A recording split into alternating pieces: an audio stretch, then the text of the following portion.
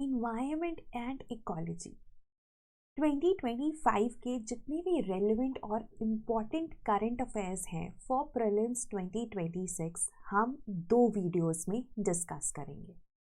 So these are going to be holistic videos in which we are going to cover the current affairs both month-wise and theme-wise.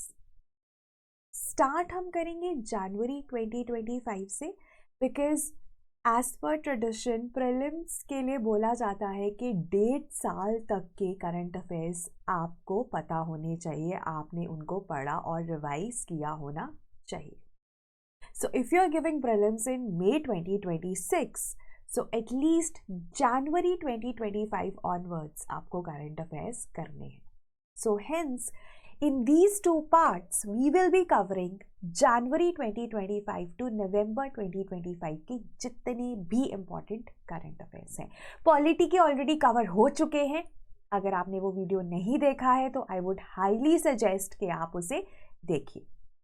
And like I said कि environment and ecology के हम दो parts में cover करेंगे. So today is going to the first part and tomorrow the second part. अगर आप PDF लेना चाहते हैं तो डिस्क्रिप्शन में आपको PDFs का लिंक मिल जाएगा. है जनवरी से स्टार्ट करते हैं, इकोसिस्टम्स से स्टार्ट करते हैं. अब देखिए इकोसिस्टम्स में जो एक बहुत इंपॉर्टेंट आर्टिकल है जिसे हम मिस नहीं कर सकते हैं, that is cryoborn coral babies.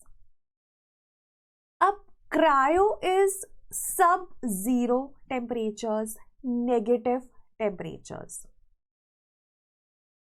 अब यहां पर क्या हो रहा है that we have cryo preserved coral sperms. Cryo preserved coral sperms का मतलब है कि इन कोरल स्पर्म्स को हमने -190 डिग्री सेल्सियस पे लिक्विड नाइट्रोजन में प्रिजर्व किया है, उनको फ्रीज किया है. And we can do that for as long period as we want, क्योंकि -196 डिग्री सेल्सियस पे जितनी भी मेटाबॉलिक एक्टिविटीज हैं वो हॉल्ट हो जाती हैं, रुक जाती हैं. तो आपकी जो कोरल स्पर्म की लाइफ है वो एक तरह से आपने एक्सटेंड कर ली, आपने उसको फ्रीज करके स्टोर कर दिया. जब उस कोरल स्पर्म की आपको रिक्वायरमेंट होगी आप उसे वार्म कर लोगे, थॉ कर लोगे and you can use it. So यहां पर जो कोरल बेबीज बनाए हैं जो एग और स्पर्म से बनते है ना, उसमें जो स्पर्म है we have collected that from a cryopreserved facility. वो क्रायो प्रिजर्व्ड था, वहां से हमने कोरल स्पर्म लिया, उसको थॉ किया and we actually fertilized it with a recently collected coral egg, and what we got is coral babies just like in nature. अब इन coral babies को introduce किया गया. Now this was done in the Great Barrier Reef in Australia and it has been fairly successful. अब आपका सवाल आएगा ऐसा हम क्यों कर रहे हैं? क्योंकि ग्लोबल वार्मिंग की वजह से corals are dying. Corals are getting stressed, then we have coral bleaching, and then we have dead corals because of global warming, because of rising temperatures. अगर हम presently बात करें, Great Barrier Reef is the biggest barrier reef, biggest barrier coral reef of the world. अब it has gone multiple bleaching episodes in the near future. बहुत बार bleaching हुई है, बहुत बार मास bleaching हुई है, तो हमें एक्शन लेना तो जरूरी है ना. और अभी प्रेजेंट टाइम में हम विटनेस कर रहे हैं ग्लोबल मास कोरल ब्लीचिंग. ग्लोबल मास कोरल ब्लीचिंग, फोर्थ ग्लोबल मास कोरल ब्लीचिंग. मास कोरल ब्लीचिंग है, let's say great barrier reef में ब्लीचिंग हो गई, है ना, ग्रेट बैरियर रीफ पे ब्लीचिंग हो गई, that's mass coral bleaching. Global mass coral bleaching है इंडियन, पैसिफिक, अटलांटिक ओशंस में साइमल्टेनियसली अगर कोरल ब्लीचिंग हो रही है एक ही टाइम पे, ये बहुत बड़ी बात है। So hence it becomes very important to preserve the coral reefs, to preserve the coral polyps.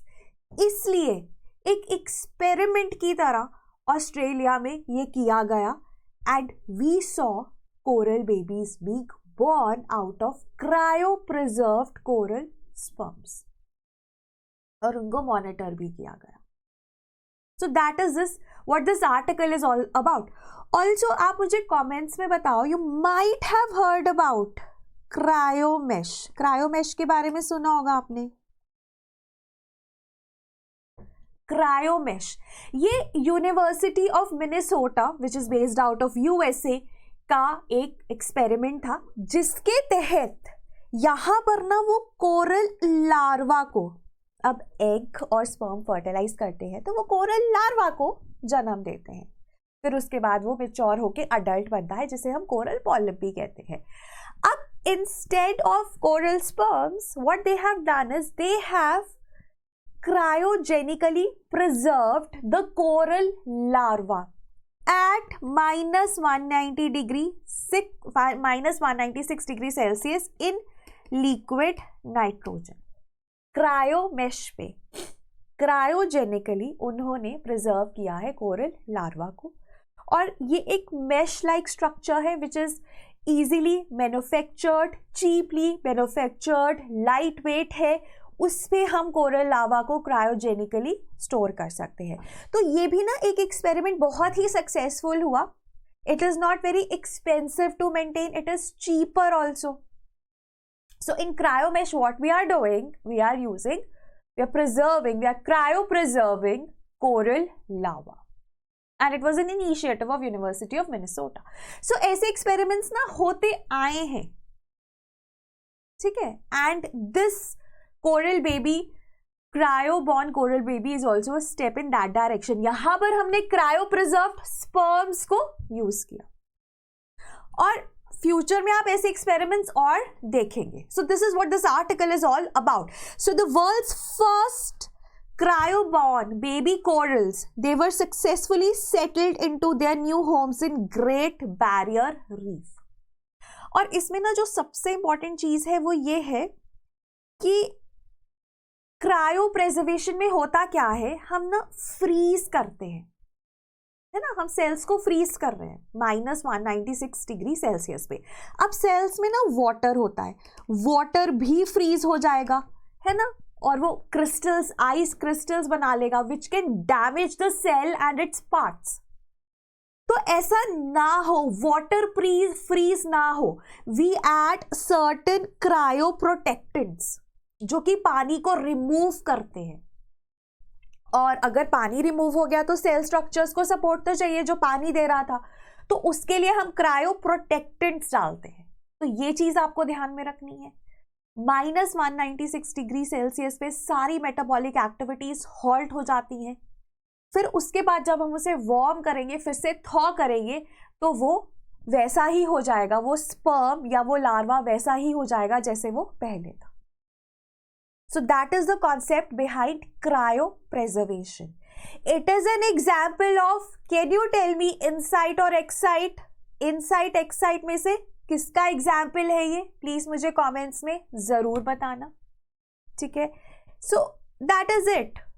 उसके बाद कोरल्स की अगर हम बात करें, so we all know that corals are actually, coral reefs में हमारे पास सिम्बायोटिक म्यूचुअलिस्टिक एसोसिएशन होता है कोरल पॉलिप्स और ज़ूज़ैंथले का।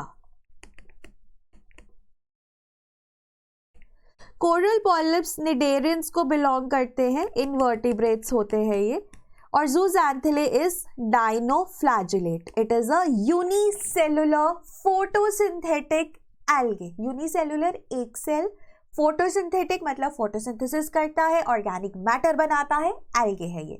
और अगर हम किंगडम्स की बात करें, सो दे बिलोंग टू डाइटम्स। है ना, ये निडेरियंस तो इनवर्टिब्रेट्स हैं, एनिमल किंगडम को बिलोंग करते हैं।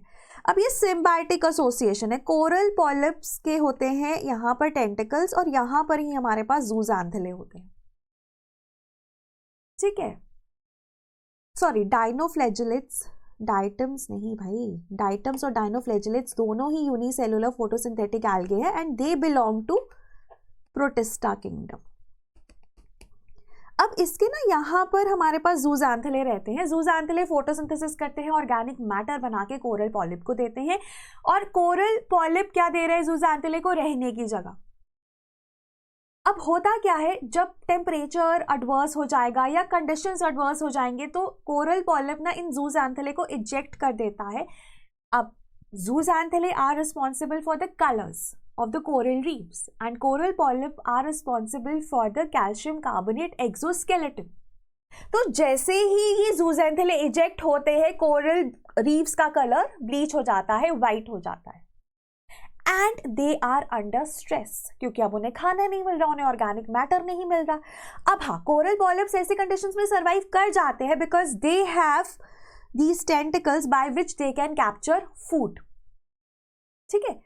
तो वो कैप्चर कर सकते हैं अपना food via these tentacles, and वो माउथ, यहाँ पर माउथ होता है and it goes inside, that happens. But one thing you have to understand is that they are still under stress, वो स्ट्रेस में रहते हैं। तभी ब्लीच्ड कोरल्स को डेड कोरल्स नहीं कहा जाता, स्ट्रेस्ड कोरल्स कहा जाता है। बट लेट्स से अगर ग्लोबल वार्मिंग की वजह से दे हैव अंडरगॉन ब्लीचिंग, और वो ग्लोबल वार्मिंग या वो हाई टेम्परेचर्स बहुत टाइम के लिए बढ़े रहें, है ना, बढ़े रहें, जैसे एल नीनो हो गया, तो बढ़े हुए हैं टेम्परेचर्स बहुत टाइम के लिए, कॉन्स्टेंटली इंक्रीज्ड है, तो हो सकता है that those bleached corals might die also. So that is why it becomes very important for us to preserve these coral reefs, क्योंकि कोरल रीफ्स मात्र 1% सरफेस एरिया है ओशंस का, लेकिन 25% बायोडाइवर्सिटी को हार्बर करते हैं। इसी वजह से इन्हें rainforest of the sea भी कहा जाता है। और coral triangle is known as the Amazon of the सी।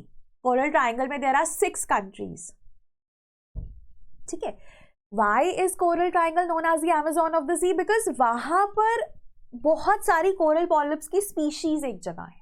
यार ऐसी बहुत सारी इंफॉर्मेशन हम अपने क्रैश कोर्स में भी शेयर करते हैं, एक एक स्टेप वाइज शेयर करते हैं। यहाँ पर हम just revising the current affairs with you, ठीक है। So this is regarding the coral polyps and coral reefs. So coral reefs का जो स्ट्रक्चर है, calcium carbonate, that is provided by the polyp and the color is provided by the zooxanthellae which are dinoflagellates, ठीक है। तो ये कुछ important चीजें हैं, कुछ बेसिक्स हैं जो आपको करंट से लिंक करने हैं। Then you also have to link cryomesh with it, ठीक है। वो 1-2 साल पुरानी करंट अफेयर्स है, बट वो हम उसे स्टैटिक में पढ़ते हैं, तो वो भी आपको लिंक करना है। Then great barrier reef.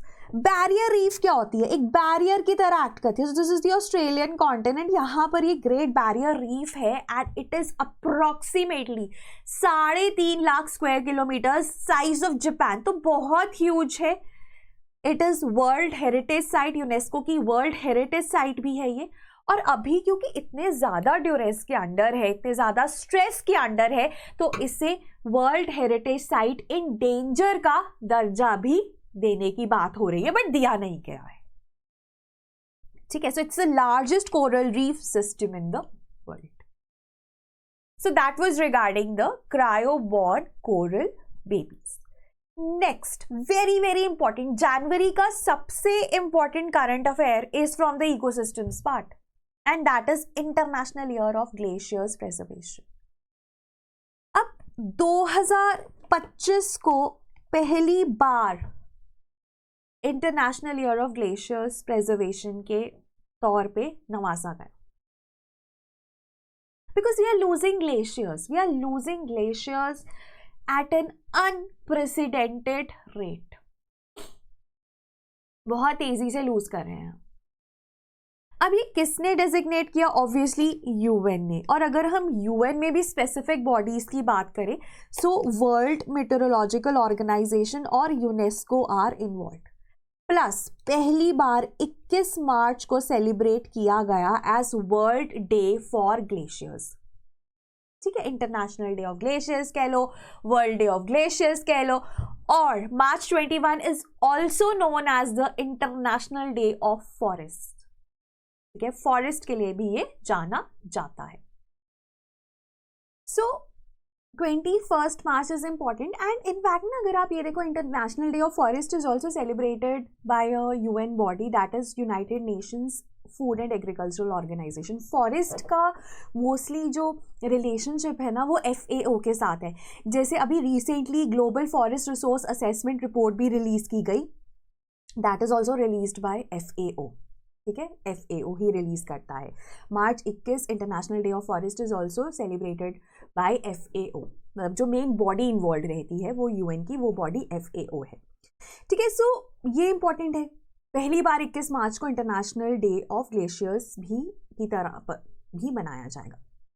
Then अब ना आप ये देखो कि दुनिया में तकरीबन 2.25 लाख ग्लेशियर्स हैं, है ना, यहाँ पर यही बोला गया है। And they store approximately 70% of the global fresh water and we are losing them as per the World Glacier Monitoring Service. अब World Glacier Monitoring Service की अगर हम बात करें, so it is based out of Switzerland, University of Zurich में है ये, और ये ऑपरेट करता है UNEP के under and international science council के अंडर। ये दो चीज़ें आपको याद करनी है कि जो वर्ल्ड ग्लेशियर मॉनिटरिंग सर्विस है वो UNEP and international science council के अंडर ऑपरेट करता है, right. Then it is based out of Zurich. अब ये ना दो चीज़ों पे बात करते हैं, ये बात करते हैं ग्लेशियर्स की फ्लक्चुएशन पे कि ग्लेशियर्स का मास, उनका वॉल्यूम, उनका लेंथ कैसे कम या ज़्यादा हो रहा है, उस पर बात करते हैं। और दूसरा कहाँ कहाँ पे ग्लेशियर्स हैं, ग्लेशियर्स की इन्वेंटरीज कहाँ कहाँ पर है और क्या ग्लेशियर्स लूज हो रहे हैं या ज़्यादा हो रहे हैं, है ना। दोनों ही हो सकता है कि अभी हम ऐसे टाइम पे हैं जहाँ पे we are losing glaciers, but it could be the other way around also. So world glacier monitoring service ये करता है, राइट। अब इसके हिसाब से we are losing glaciers at an unprecedented rate. अब जैसे ना अगर आप देखोगे कि I will just show you, बहुत सारे ग्लेशियर्स 2030 तक वी लूज देम। जैसे ना याला इन नेपाल लैंगटेंग वैली में है, वो डिसअपियर हो जाएगा। Peyto in western Canada is not expected to last this decade. तो ये 2-3 इंपॉर्टेंट है। हम्बोल्ट ग्लेशियर वेनेजुएला में हो चुका है खत्म। In fact Venezuela has become the first country to lose all its glaciers to climate change और to global warming. So Humboldt Venezuela, Peyto Canada, Yala Nepal, ये दोनों लूज होने वाले हैं, right. So this you have to know. अब ना यहाँ पर एक तो चलो हमने वर्ल्ड ग्लेशियर मॉनिटरिंग सर्विस की बात करी, फिर उसके बाद जब हम international year of glaciers preservation की बात कर रहे हैं, we also talk about ICI, international cryosphere initiative. तो this is cryosphere, this is the frozen part of the planet which not only includes the glaciers but also the other frozen parts. ठीक है, इसमें Arctic, Antarctic, high mountain regions में जितना भी frozen part है वो ICI उसको देखता है। It is based out of USA। जो हमारा वर्ल्ड ग्लेशियर मॉनिटरिंग सर्विस था, that is just focused on the glaciers and it is based out of Switzerland. This is based out of USA। अब ये कहते हैं कि मोस्ट ऑफ द जो frozen parts हैं they are warming at a higher pace. For instance Hindu Kush Himalayas they are warming at twice the global average rate. Humboldt हम loose कर चुके हैं, पेटो इन कनाडा, याला इन नेपाल हम जल्द ही लूज कर जाएंगे। ठीक है, so this you have to remember. ठीक है, so Yala is actually in Nepal and it is the only glacier in the Himalayas to be included in the global glacier casualty list। तो ये भी एक इंपॉर्टेंट चीज़ है जो आपको ध्यान में रखनी है, ग्लोबल ग्लेशियर कैजुअलिटी लिस्ट। इसमें ना सब वो ग्लेशियर्स के नाम है जो हम लूज कर चुके हैं, या आप लगा लो जैसे स्पीशीज में क्रिटिकली इंडेंजर्ड होता है ना, तो उसी तरह से इंडेंजर्ड होता है या थ्रेटेंड होता है, तो उसी तरह से ना ये ग्लेशियर्स की लिस्ट है। 2024 में लॉन्च की गई थी। बहुत सारी यूनिवर्सिटीज़ हैं, राइस यूनिवर्सिटी है, यूनिवर्सिटी ऑफ आइसलैंड है, यूनेस्को है, इसमें वर्ल्ड ग्लेशियर मॉनिटरिंग सर्विस जो है वो इन्वॉल्व है। अब ये यही कह रहे हैं कि हम्बोल्ट हम लूज़ कर चुके हैं 2024 में, सरेन हम फ्रांस में 2023 में लूज़ कर चुके हैं। बट हम्बोल्ट की बात इसलिए ज़्यादा होती है because that was the last glacier of Venezuela, last glacier of Venezuela. In fact Venezuela, जैसे मैंने बोला, कि पहली कंट्री बनी to lose all its glaciers to climate change. तो हम्बोल्ट वेनेजुएला में है, और यहाँ पर ना सारेन है, दैट इज इन फ्रांस, और डागू इज इन चाइना। तो ये सब इनमें नाम है इनके, जो कि ग्लोबल ग्लेशियर कैजुअलिटी लिस्ट में है। देन और इनिशिएटिव्स की बात करें अगर हम, हिमालयन अडेप्टेशन नेटवर्क है IUCN का, एंड लिविंग हिमालयाज इनिशिएटिव है WWF का। ये फोकस करते हैं हिमालयाज को प्रोटेक्ट करने में, ओवरऑल हिमालयाज को प्रोटेक्ट करने में। हेंस जो भी वहाँ पर ग्लेशियर्स है या जो भी वहाँ पर स्पीशीज़ है उनको भी ये बाय डिफ़ॉल्ट प्रोटेक्ट करते हैं, ग्लेशियर्स को भी ये बाय डिफ़ॉल्ट प्रोटेक्ट करते हैं। आपको इतना बताना चाहिए किसके है, जैसे living Himalayas is WWF and Himalayan adaptation network is IUCN। ठीक है, so that was regarding the part of your ecosystems in the month of January. So these were the 2 most important current affairs. होने को तो बहुत सारे हैं, देखो endless हैं, बट हम क्योंकि रीकैप कर रहे हैं तो हम सिर्फ इंपॉर्टेंट को ही टच करेंगे। बट हाँ, these current affairs are non negotiable, इनको आप मिस नहीं कर सकते और करना भी नहीं चाहिए। देन नेक्स्ट हमारा जनवरी में अगर हम पोल्यूशन की बात करें, so let's focus on nitrogen pollution. अब यहाँ पर ना आपको कुछ कॉन्सेप्ट्स हैं जिनके बारे में पता होना चाहिए। फॉर इंस्टेंस, प्लांट्स को नाइट्रोजन चाहिए, है ना, प्लांट्स को नाइट्रोजन चाहिए because nitrogen is an important part of proteins, है ना। जितने भी प्रोटीन्स हैं सब नाइट्रोजन से बनते हैं। DNA, RNA, proteins, nitrogen. So nitrogen is a very important part for the plants. अब nitrogen in the form of N2 is present in the atmosphere, है ना। 78% of our atmosphere is made up of nitrogen N2. It is bound by 3 covalent bonds, है ना। N2 में 2 nitrogen के atoms हैं जो 3 covalent bond से जुड़े हुए हैं, बहुत ही स्ट्रॉन्ग कोवेलेंट बॉन्ड से, इनको तोड़ पाना बहुत मुश्किल है। इसीलिए ना कहने को 78% है नाइट्रोजन, बट प्लांट्स के लिए अवेलेबल नहीं है। तो ये प्लांट्स को कैसे नाइट्रोजन मिलता है, 3 तरीके हैं। सबसे पहले nitrogen fixation by the bacteria, prokaryotes. Prokaryotes में आपके पास बैक्टीरिया आता है और साइनोबैक्टीरिया आते हैं। Now why prokaryotes are able to fix nitrogen? Because they have an enzyme nitrogenase. ये एंजाइम यूकैरियोट्स में होता ही नहीं है, सो इसी वजह से बैक्टीरिया और साइनोबैक्टीरिया ही नाइट्रोजन फिक्सेशन कर पाते। ठीक है, अभी रिसेंटली ना हमने ये भी देखा था कि there was a eukaryotic cell जो नाइट्रोजन फिक्सेशन कर पा रहा था, बिकॉज उसमें ना एक ऑर्गेनेली थी जिसमें नाइट्रोजन फिक्सेशन हो रही थी, which is actually a bacterial cell only, a prokaryotic cell only, right. So खैर, बट ब्रॉडली अगर हम देखें, नाइट्रोजन फिक्सेशन बैक्टीरिया और cyanobacteria which belong to prokaryotes ही कर पाते हैं। जैसे आपने राइजोबियम सुना होगा, विच अ बैक्टीरिया, लेग्यूम्स के साथ वो सिम्बायोटिक एसोसिएशन में मिलता है। So they can only fix nitrogen and convert N2 into usable form by the plants. जैसे ammonium ions are reactive और usable form, ठीक है, नाइट्राइट्स, नाइट्रेट्स, ये यूजेबल फॉर्म होती है जिसे प्लांट्स यूज कर पाते हैं। तो ये बैक्टीरिया या साइनोबैक्टीरिया ही कर पाते हैं। रिसेंटली यूकैरियोट्स भी कर पा रहे थे because they have an organelle by the name of nitroplast, जो कि रिसर्च के बाद पता चला कि एक्चुअली में वो एक प्रोकैरियोटिक सेल ही है। ठीक है, बट खैर वो अलग डिस्कशन है। अब क्यों कर पाते हैं? Because they have nitrogenase enzyme, पहला। दूसरा है फर्टिलाइजर्स, ठीक है, इंडस्ट्रीज में फर्टिलाइजर्स मैन्युफैक्चर हो रहे हैं, नाइट्रोजनस फर्टिलाइजर्स, अमोनिया। ठीक है, that's the way how you can bring the N2 into the soil for the plants absorption. और तीसरा है नेचर में लाइटनिंग। जब लाइटनिंग होती है ना तो बहुत ही कम टाइम के लिए टेम्परेचर बहुत ज्यादा हो जाता है। N2 plus O2 they react at those high temperatures, their bonds break and they react to form nitrates, but lightning वाला बहुत ही कम है। उसके अलावा नाइट्रोजन फिक्सेशन होती ही नहीं है, ठीक है, बट नाइट्रोजन इंपॉर्टेंट है। तो एक मंशा होती है, या आप कह लीजिए कि एक ऐसा बन गया है कि नाइट्रोजनस फर्टिलाइजर्स अगर हम धड़ल्ले से यूज करेंगे ना तो जो प्लांट्स की ईल्ड है, जो प्लांट्स की प्रोडक्टिविटी है वो बहुत बढ़ जाएगी।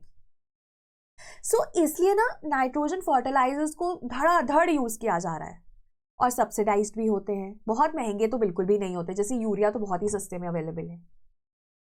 अब इससे क्या हो रहा है, प्लांट्स ने तो जितना अब्सॉर्ब करना है वो उतना ही करेंगे, and that is known as nitrogen use efficiency. उसको कहा जाता है नाइट्रोजन यूज एफिशिएंसी, ठीक है। प्लांट्स ने जितना अब्सॉर्ब करना है वो उतना ही करेंगे। आपने कितना फर्टिलाइजर डाला, ठीक है, और प्लांट्स ने कितना अब्सॉर्ब किया, the percentage that the plant absorb is your nitrogen use efficiency, and that's like 35%, 33%, 20% भी होती है। depends upon the soil, it depends upon the crop, cereals है, ठीक है, different होगी, कोई और crop है different होगी। so nitrogen use efficiency अगर मैं आपको एग्जाम्पल दे रही हूँ कि सपोज वो 33% है, तो जितना भी आपने नाइट्रोजन डाला in the form of fertilizer 33% plant ने अब्सॉर्ब करा, बाकी जो है वो एनवायरमेंट में है, वो एनवायरमेंट में पॉल्यूशन कॉज कर रहा है, ठीक है, वो एनवायरमेंट में पॉल्यूशन कॉज कर रहा है। It is giving rise to algal blooms in the water bodies, it is escaping into the atmosphere in the form of nitrous oxide which is a greenhouse gas, और वो global warming में contribute करती है।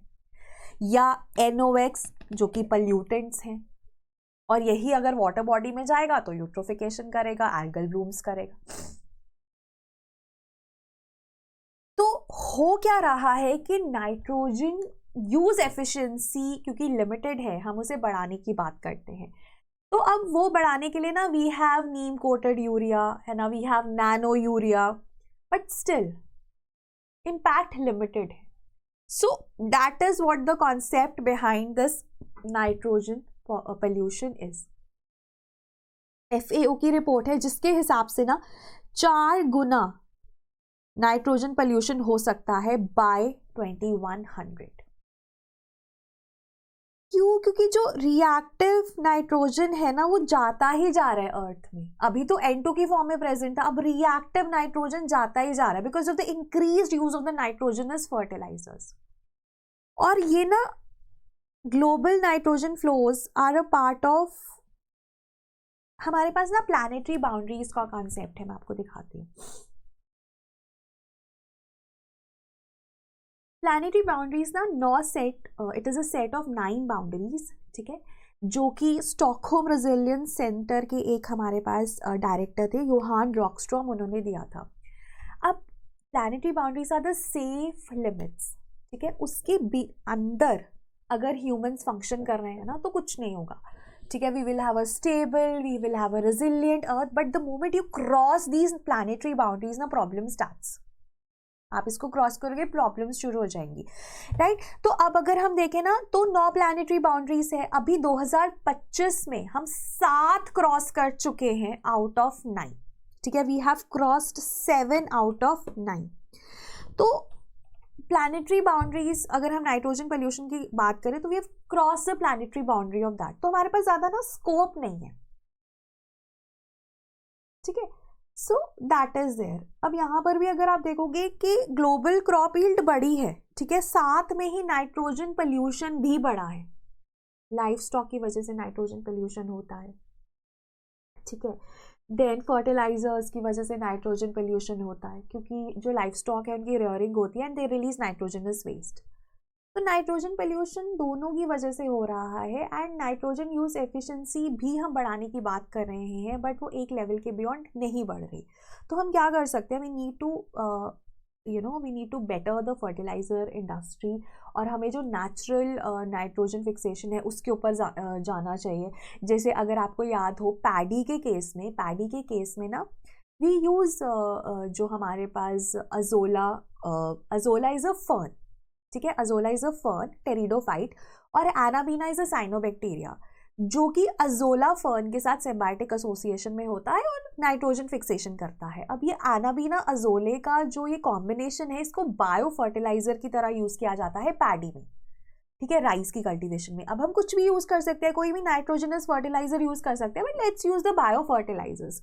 बाकी हम बात कर सकते हैं फार्मर्स को, उनको एजुकेट कर सकते हैं, but yeah nitrogen pollution is a big problem, ठीक है. So that is regarding the nitrogen part. Then next है रिसेंटली बैक्टीरियल एंजाइम्स को यूज किया जा रहा है to degrade plasticizers. Now plastic pollution is a big problem, और plastics में ना प्लास्टिसाइजर्स को डाला जाता है टू इंक्रीज देयर फ्लेक्सिबिलिटी, ठीक है, उनका यूसेज, उनका शाइन एनहांस करने के लिए हम प्लास्टिसाइजर्स डालते हैं. प्लास्टिसाइजर्स आर ऑल्सो केमिकल्स, और ये ना बहुत ही हार्मफुल होते हैं. They are carcinogenic and they can be absorbed through the skin also. इतने हार्मफुल होते हैं. अब रिसेंटली ना we have an esterase enzyme. Esterase का मतलब होता है, देखो एस जो है ase it stands for enzyme. अब एस्टरेज का मतलब है कि ये एस्टर्स को ब्रेक कर सकता है. सो ये एंजाइम हमने निकाला है सल्फोबैसिलस एसिडोफिलस से, and it will break the phthalate plasticizer. अगर आपको पता हो ना प्लास्टिक्स की मेन प्रॉब्लम क्या है, उनकी ड्यूरेबिलिटी बहुत अच्छी है, दे आर वेरी वर्सेटाइल, आप किसी भी फॉर्म में उनको यूज़ कर सकते हो, सस्ते होते हैं. प्रॉब्लम क्या है, परसिस्ट करते हैं सालों तक, धीरे धीरे माइक्रोप्लास्टिक्स में कन्वर्ट हो रहे हैं. अभी वो microplastics are in our blood, newborn के ब्लड में है, ठीक है. They are in the Arctic Antarctic, ठीक है, via they reach Arctic Antarctic via what we call it as grasshopper effect, ठीक है, ग्रास हॉपर इफेक्ट वहां तक पहुंच गए हैं. न्यूबॉर्न के ब्लड में है, राइट, ओशंस के डेप्थ में है, वहां पर ओशनिक जो सर्कुलेशंस है उनको डिसरप्ट कर रहे हैं. क्यों? क्योंकि माइक्रोप्लास्टिक्स डिग्रेड ही नहीं होते. तो किसी तरह से अगर हम कुछ ऐसा ले आए that bacteria are able to degrade them, जैसे अभी बायोप्लास्टिक्स का कॉन्सेप्ट आया है, ठीक है, which are actually plastics which might be made from the biodegradable material, ठीक है. तो अभी we have things like that. We also have something known as bio transformation technology, जिसमें जो प्लास्टिक्स हैं they will bio transform into a wax जो कि biodegradable है. तो टेक्नोलॉजीज पे काम हो रहा है ना. पॉलीमटीरिया स्टार्टअप का है bio transformation technology. But similarly एक ऐसा बैक्टीरिया भी हमने सेपरेट किया जो कि प्लास्टिसाइजर्स को ब्रेक कर देता है. अब ना मोस्टली पहले क्या होता था कि जो लो मॉलिक्यूलर वेट प्लास्टिसाइजर्स है ना वो बहुत सारे एंजाइम्स डिग्रेड कर देते थे, अभी तक ऐसा था. लेकिन जो हाई मॉलिक्यूलर वेट है, ठीक है, उनको डिग्रेड करने के लिए वी डिडंट हैव एनी. और लो मॉलिक्यूलर वेट और हाई मॉलिक्यूलर वेट में क्या डिफरेंस है? लो मॉलिक्यूलर वेट ना इजीली हम उसको इजीली मैनिपुलेट कर सकते हैं, तो वो ज़्यादा यूज़ होता है, ठीक है, और वो ज़्यादा इन्वायरमेंट में भी पहुंच जाता है, इन्वायरमेंट को पल्यूट भी करता है. हाई मॉलिक्यूलर वेट इतना पल्यूट नहीं करते इन्वायरमेंट को, बट हाई मॉलिक्यूलर वेट का नुकसान क्या है कि उसका we don't have you can say something to degrade it. तो अब उसके लिए हमारे पास ये बैक्टीरिया है.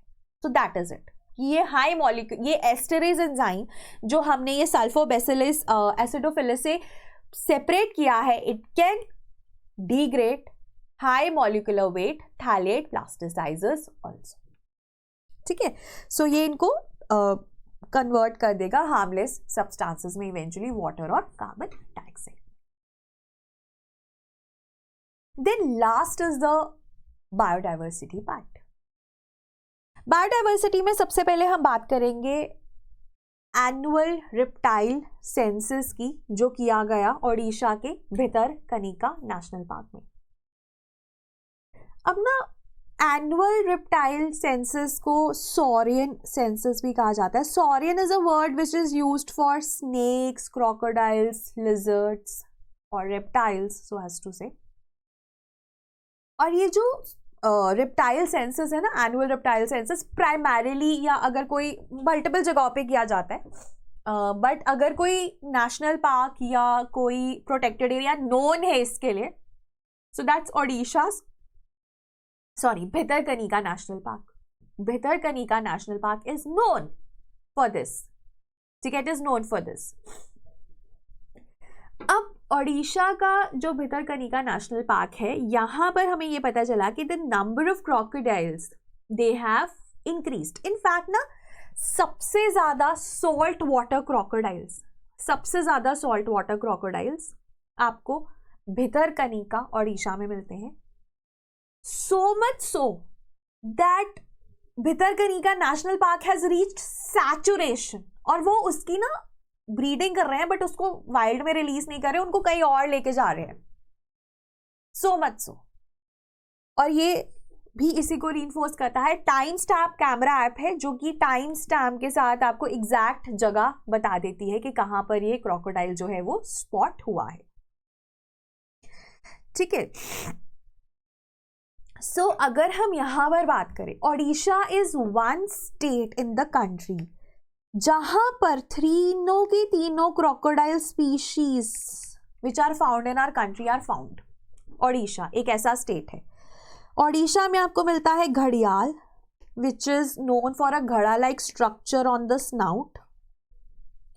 यहां पर आपको मिलता है mugger, which is also known as marsh crocodile. And यहां पर आपको मिलता है सॉल्ट वाटर क्रोकोडाइल. अब जो घड़ियाल है ना, वो फ्रेश वाटर में आपको मिलता है. दैट इज वाई घड़ियाल की जो सबसे ज्यादा पॉपुलेशन है, ब्रीडिंग पॉपुलेशन है, वो कहां मिलती है? कैन एनीवन टेल मी कहां मिलती है घड़ियाल की? चंबल रिवर में, which is a tributary of Yamuna, further a tributary of Ganga. National Chambal sanctuary found at the tri junction of 3 states, Rajasthan, UP and Madhya Pradesh. वही इसकी ब्रीडिंग पॉपुलेशन मिलती है. ब्रीडिंग पॉपुलेशन का मतलब है कि अच्छा खासा नंबर है. ब्रीडिंग एज में वो नंबर है, मेल्स भी है, फीमेल्स भी है. ठीक है, और उस एज में है, वो तभी हो पाता है जब बहुत सारे हों. तो अगर कोई कह रहा है ना कि ब्रीडिंग पॉपुलेशन मिलती है, तो मतलब वाइबल है, वहां पे इनके नंबर्स इंक्रीज होते जाएंगे. अगर हम उड़ीसा की बात करें तो कम है, ब्रीडिंग पॉपुलेशन नहीं है, बट हाँ है, दे एग्जिस्ट, और ये फ्रेश वाटर है. मगर ये मार्शी एरियाज में आपको मिलते हैं, और salt water crocodile obviously सेलाइन areas में, सॉल्टी एरियाज में, कोस्टल एरियाज में आपको मिलते हैं. घड़ियाल का अगर मैं IUCN स्टेटस की बात करूं तो it is critically endangered, it is vulnerable for मगर, एंड सॉल्ट वाटर का है लीस्ट कंसर्न, क्योंकि बहुत ज्यादा है ये. तो ऐसे ही आप इन्हें याद भी कर सकते हो कि घड़ियाल फ्रेश वाटर में, मगर कहीं बीच में है ना, मार्शी एरियाज में, और सॉल्ट वाटर जो है सॉल्टी एरियाज में. ठीक है, और even the IUCN status is also like critically endangered यहाँ पर, फिर वनरेबल, फिर लीस्ट कंसर्न. और एक स्टेट जहां पे ये तीनों मिलते हैं, ओडिशा. और सॉल्ट वाटर क्रोकोडाइल्स का number has reached the saturation in Bhitarkanika national park. ठीक है, so this is something that you have to take note of. और तीनों ही शेड्यूल 1 और वाइल्ड लाइफ प्रोटेक्शन एक्ट में आपको मिलते हैं. ओडिशा में ना 19 project crocodile was launched in 1975, और ओडिशा ने काफी काम किया है उस एरिया में क्रोकोडाइल की कंजर्वेशन में. And you see the numbers increasing also, right. Then bola is term for salt water crocodile, और इनके ब्रीडिंग, इनकी नंबर्स कंसिडरेबली इंक्रीज हुए हैं इन ओडिशा. ठीक है. Then olive ridley turtles. Now turtles क्या होते हैं? Are they reptiles? Yes, turtles and tortoises are reptiles. Olive ridley turtles समुद्र में मिलते हैं, फ्रेश वाटर टर्टल्स भी होते हैं हमारे देश में, बट हम यहाँ पर समुद्र की बात करें, जैसे red crowned roofed turtle critically endangered है, और चंबल रिवर में आपको मिलता है घड़ियाल के साथ. चंबल रिवर में ना 3 स्पीशीज हैं, घड़ियाल critically endangered, red crowned roofed turtle again critically endangered, fresh water turtle हो गया obviously, and dolphins, gangetic dolphins endangered, वो फ्रेश वाटर टर्टल है. ऑलिव रिडले टर्टल या मेरीन टर्टल्स, ये समुद्र में मिलते हैं, स्मॉलेस्ट है, मोस्ट अबंडेंट है, ट्रॉपिकल एरियाज में, वार्म ट्रॉपिकल एरियाज में आपको मिलते हैं प्राइमरीली ऑलिव रिडले टर्टल्स। इनके ना they are known for a phenomena that is mass nesting.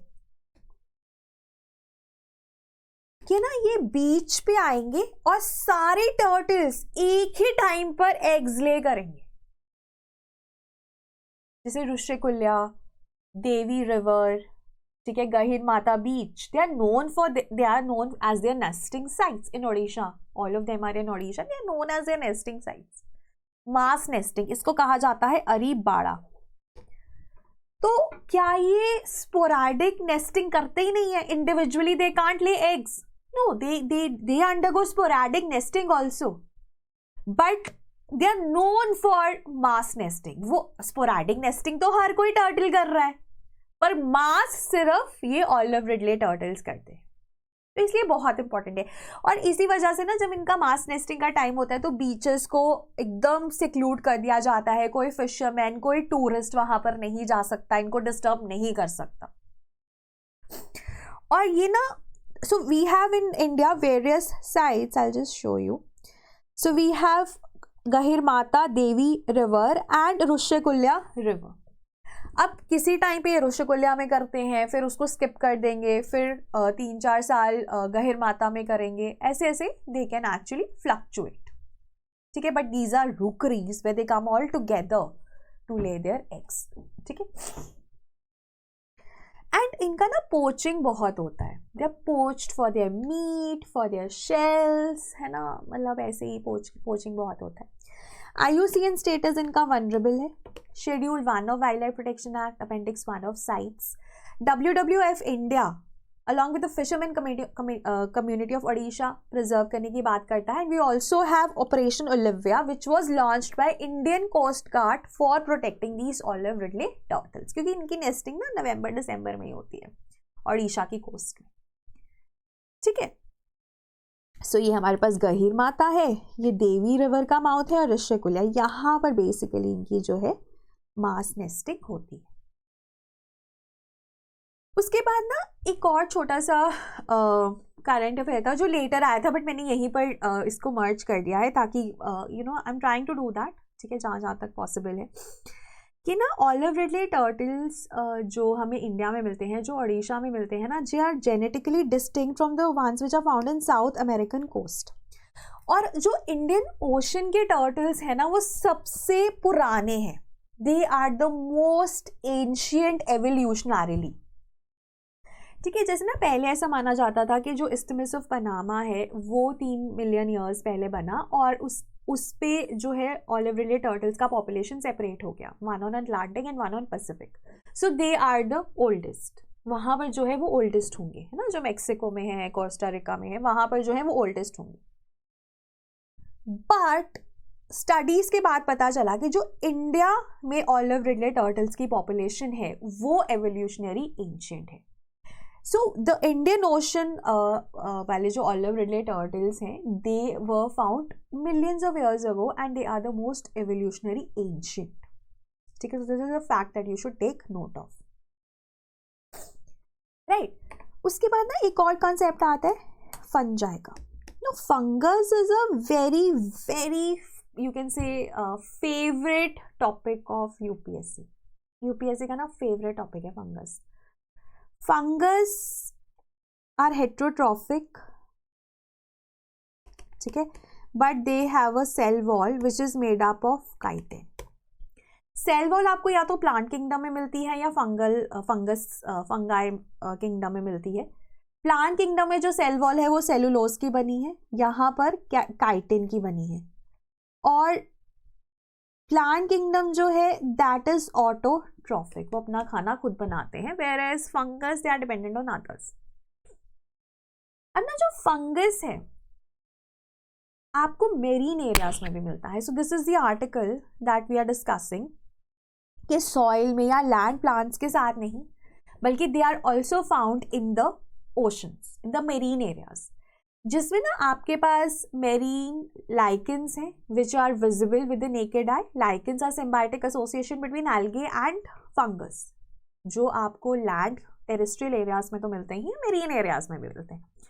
So we have naked eye को जो विजिबल है marine lichens, and you also have छोटे छोटे invisible to the naked eye वाले marine fungus.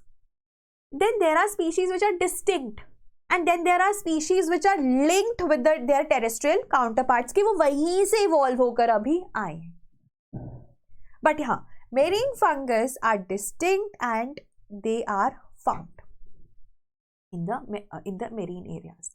अब इसमें एक और चीज़ है कि जहाँ पर रिसोर्सेज कम होते हैं वहाँ पर छोटे छोटे ईस्ट सेल्स आपको मिलेंगे, because they are efficient in absorbing resources. कम रिसोर्सेज में भी वो सर्वाइव कर जाते हैं, और जहाँ पर रिसोर्सेज अबंडेंट है वहाँ पर ये बड़े साइज में हो जाएंगे. They can grow into newer forms. ठीक है, so that is there. Also one this is also very important thing that you have to understand कि ना हमारे पास एक मेरीन फंगस है दैट इज पैराडेंड्राइफिलिया सेलिना. अब ये ना आपको इंटरटाइडल जोन्स में मिलता है, feeding on the seaweed. Seaweed क्या होते हैं? Seaweed are your macroscopic algae जो प्लांट किंगडम को बिलोंग करते हैं. सो सीवीड में हमारे पास ग्रीन, ब्राउन और रेड एल्गे आते हैं. सी ग्रासेस क्या होते हैं? These are angiosperms, flowering marine flowering plants. तो सी ग्रास और सीवीड में ये फर्क है. ठीक है, हमारे पास सीवीड पार्क कहाँ खुला है? तमिलनाडु में, राइट. है, अब ये ना सीवीड्स पे ग्रो करते हैं. अब यहाँ पर अगर हम देखेंगे ना कि ये जो फंगस है लैंड प्लांट्स पे ग्रो करता था, लैंड प्लांट से अपनी न्यूट्रिशन डिराइव करता था. Now it has moved to seaweeds and it has gained newer enzymes जो इन्हें ना हेल्प करता है इन सेलाइन कंडीशंस में सर्वाइव करने में. ठीक है, तो ये मूव कर रहे हैं and they are probably on the move. तभी मोस्टली जो आपको मेरीन फंगस मिलेंगे ना वो लिंक्ड मिलेंगे आपको लैंड फंगस से. तो इस आर्टिकल का ना दो पर्पसेस हैं. अगर मैं आपको कंक्लूड करूं, आई होप ये कंफ्यूज ना हुआ हो आपके लिए. सो मेरीन फंगस पहले तो एग्जिस्ट करते हैं, then they can be huge like the marine lichens, और they are mostly not visible to the naked eye. ये मोस्टली. फिर उसके बाद या तो ये कंप्लीटली डिस्टिंक्ट होते हैं या फिर ये लिंक्ड होते हैं to the land fungus, terrestrial fungus, जैसे हमने एग्जाम्पल अभी देखा.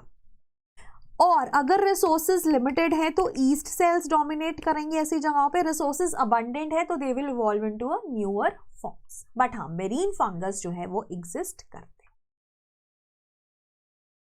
देन गद्दी डॉग. गद्दी डॉग का सिंपल सा आर्टिकल है. Indian council of agricultural research, national bureau of animal genetic resources ने ना गद्दी डॉग को चौथी इंडिजिनस केनाइन ब्रीड के तौर पे रिकॉग्नाइज किया है. Now we have total 4 indigenous canine breeds. पहली 2 तमिलनाडु से हैं, राजा पल्यम and Chippiparai, and then you have Karnataka का Mudhol hound. Now Gaddis are named after the Gaddi tribe. ठीक है, एंड ये बेसिकली जो डॉग है दे हेल्प इन प्रोटेक्टिंग जो क्योंकि गद्दीज आर शेपर्ड्स है ना, तो उनकी शीप्स को ये प्रोटेक्ट करते हैं फ्रॉम द प्रेडेटर्स. और इसी वजह से they can even fend off snow leopards. इनको इंडियन पैंथर हाउंड या इंडियन लेपर्ड हाउंड भी कहा जाता है. So they are named after the Gaddi tribe of Himachal Pradesh, the Gaddi shepherds of Himachal Pradesh, right. Then oysters. Oysters क्या होते हैं? Oysters are your molluscs. I will just show you how do they look. इसमें दिया नहीं हुआ. ओके, ऑयस्टर्स की पिक्चर नहीं है. Oysters are your molluscs.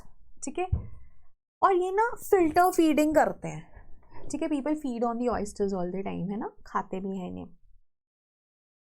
अब ये न्यूज़ में क्यों है? बिकॉज ऑयस्टर्स का जो हीमोलिम्फ है, hemolymph can be considered to be a counterpart of blood. ठीक है, oysters are mollusc. Mollusc are invertebrates, हम तो वर्टिब्रेट्स हैं. तो इनके ना हीमोलिम्फ में कुछ ऐसे प्रोटीन्स मिले हैं which have anti microbial properties. तो अब आपको पता है कि आजकल एंटीबायोटिक्स का अब्यूज़ हो रहा है, जिसकी वजह से बैक्टीरिया आर डेवलपिंग एंटीबायोटिक और एंटी माइक्रोबियल रेजिस्टेंस। तो उस केस में we can actually take out the anti microbial proteins from the hemolymph and use them along with our routine treatments of antibiotics. तो ये है, ठीक है. So they can actually enhance the efficacy of the conventional antibiotics. और ये जो proteins है ना, they are very effective against the biofilm. Biofilm क्या होता है कि आपको पता है जो बैक्टीरिया होते हैं ना, they are surrounded in a film, है ना, एक ट्रांसपेरेंट सा फिल्म लाइक स्ट्रक्चर होता है, उसमें बैक्टीरिया होते हैं. और ये बायोफिल्म एक मेजर कारण है एंटी माइक्रोबियल रेजिस्टेंस का. Most of the bacteria have biofilm, not all, but most of the bacteria have biofilm. तो अब इस बायोफिल्म के अगेंस्ट ये जो एंटी माइक्रोबियल प्रोटीन्स है ऑयस्टर्स में, they can be effective. So that is why we are reading about it. और in fact ना यहाँ पर भी लिखा हुआ है कि चाइनीज जो है ना, वहां पर ही यूज होते थे पहले भी. अब हमें और रिसर्च से पता चल रहा है कि ये प्रोटीन्स हैं, ये पेप्टाइड्स हैं जिनका एंटी माइक्रोबियल इम्पैक्ट है, and we can actually use them as a conjugant to the antibiotics, to the conventional antibiotics that we use. ठीक है. सो मेरीन मॉलस्क्स होते हैं, सो पर्ल प्रोडक्शन में हेल्प करते हैं, edible meat, and they also have ecological benefits. Ecological benefits में वही natural water filters होते हैं, वाटर क्लैरिटी को इम्प्रूव करते हैं, all of that. Then they also help in absorbing the carbon dioxide because they use them for making their shells. तो ocean acidification को कम करते हैं. फूड चेन का, फूड वेब का एक बहुत इंपॉर्टेंट पार्ट है. Okay, then yes, Chhattisgarh has become the first state in the country to link its forest ecosystem to the green GDP. पहला स्टेट फॉरेस्ट इकोसिस्टम को जिसने लिंक किया है टू इट्स ग्रीन GDP.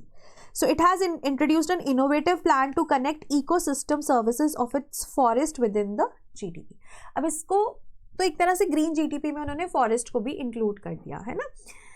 अब green GDP is when you have net domestic product, है ना, NDP, minus cost of depletion of natural resources and cost of degradation of ecosystems. उन दोनों को हम include कर लेते हैं, add कर लेते हैं.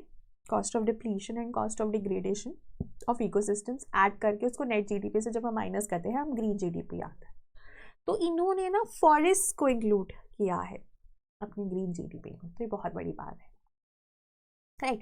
So this is regarding the January के current affairs. So we are successfully completed the current affairs for the month of January. Now we move to the February. Again same हम repeat करेंगे, ठीक है? Same we will repeat. Okay. Eurasian otters. अब ना otters क्या होते हैं? Mammals हैं, semi aquatic mammals हैं, fish के ऊपर feed करते हैं. ये ना बहुत टाइम बाद, यूरेशियन नाम है बट ये आपको यूरोप में, एशिया में, अक्रॉस द वर्ल्ड आपको मिल जाते हैं यूरेशियन ऑटर्स. तो ना ये पहले J&K में अबंडेंट होते थे, फिर ये एकदम से गायब हो गए. अब recently they have been sighted in the Gurez valley. Kishanganga Neelum river which flows through the valley is a tributary of Jhelum river, वहां पर ये आपको मिले. सो ये नहीं है, नई चीज है. First live documentation of the species in the last 25 years. तो ये कंफ्यूज नहीं होना है कि यूरेशियन ऑटर है तो आपको इंडिया में नहीं मिलेगा, या क्रॉस आपको मिलता है.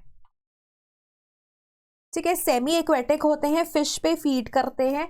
Poaching, habitat loss, use of pesticides, pollution, all of those have led to their decrease. Semi aquatic है, बाहर भी मिलते हैं और पानी में भी मिलते हैं. IUCN स्टेटस मत भूलना, नियर थ्रेटेंड है. बाकी schedule 1 of wild life protection act and appendix 1 of sites वो बनता ही है ना. अगर क्रिटिकली इंडेंजर्ड है या वनरेबल है, थ्रेटेंड और near threatened, mostly schedule 1 of wild life protection act और साइट्स के अपेंडिक्स 1 में ही आपको मिलेगा. कोई एक्सेप्शन है ना तो उसे याद करो, बस कोई एक्सेप्शन है तो उसे याद करो.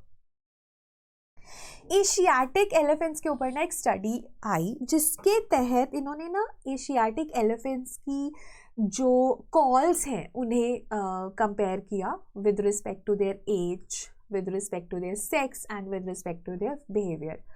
तो इसमें ना उन्होंने ये बोला कि ट्रम्पेट्स होते हैं ना, जो elephants are known for their trumpet sounds, वो उनका ड्यूरेशन सेम रहता है। रोअर्स जो है वो टाइम के साथ ज़्यादा हो जाते हैं, रंबल से got longer with time, and they can switch from high frequency to very low frequency sounds. जो बच्चे होते हैं ना, बच्चे जो होते हैं दे प्रोड्यूस हायर पिच, ठीक है, to attract their parents, and जो जैसे जैसे आप बड़े होते हो वो पिच जो है वो कम होती जाती है। तो ये 2-3 चीज़ें थी कि ट्रम्पेट्स उतने ही रहते हैं, रोर्स का ड्यूरेशन लॉन्गर हो जाता है, बच्चे मोस्टली हायर पिच जो है आवाज़ निकालते हैं, कॉल निकालते हैं, बड़े लोअर पिच निकालते हैं। एंड ऑल्सो जो ट्रम्पेट्स हैं, पहले ये माना जाता था कि जो ट्रम्पेट्स हैं ना they are mostly to communicate, अगर ह्यूमंस के अगेंस्ट वो कुछ डिस्टर्बेंस है तो उसके अगेंस्ट वो ट्रम्पेट्स मतलब वो ट्रम्पेट्स ब्लो करते थे। बट धीरे धीरे ये पता चला कि आपस में भी अगर उनकी लड़ाई हो रही है, आपस में एक ही झुंड में, because they are gregarious animals, social animals, आपस में लड़ाई हो रही है, एक ग्रुप की दूसरे ग्रुप के साथ लड़ाई हो रही है, या मल्टीपल सोशल कॉन्टेक्ट्स में भी वो ट्रम्पेट्स ब्लो करते हैं। So they are not limited to human beings के अगर ह्यूमंस के साथ कोई प्रॉब्लम है तो ही वो ट्रम्पेट ब्लो करेंगे, ऐसा नहीं होता है, they blow it all the time. ठीक है, एशियाटिक एलिफेंट्स की अगर हम बात करें, IUCN status is endangered, schedule 1 of wild life protection act and CITES and CMS appendix 1। Then मगर, मगर का ना, मगर हमने बोला मगर का IUCN स्टेटस अगर आपको याद हो इट इज वनरेबल, और मगर मार्शी एरियाज में मिलता है, मार्शी में, फ्रेश वाटर में, है ना, अक्रॉस आपको मार्श मगर मिलता है। अब ना मार्श जो हमारे पास गुजरात का वडोदरा सिटी है ना, वहाँ पर एक विश्वामित्री रिवर है जहाँ पे ना 2020 में सेंसस किया गया था और 275 कुछ मगर से अभी रिसेंटली किया गया, तो they have become close to 442 Vishwamitri river में, वडोदरा में। सो एक बहुत बड़ी बात है। It was done by GEER, ठीक है, GEER is a government funded NGO, उन्होंने किया है, लास्ट 2020 में हुआ था और अभी 2025 में हुआ है, ठीक है। So this is big deal, so that is regarding this. फिर उसके बाद नेक्स्ट है हमारे पास अरावली सफारी पार्क प्रोजेक्ट। अभी ना हरियाणा गवर्नमेंट का प्रोजेक्ट है जिसके तहत वो 3900 हेक्टेयर का अरावली सफारी पार्क बनाना चाहते हैं गुरुग्राम और नू में।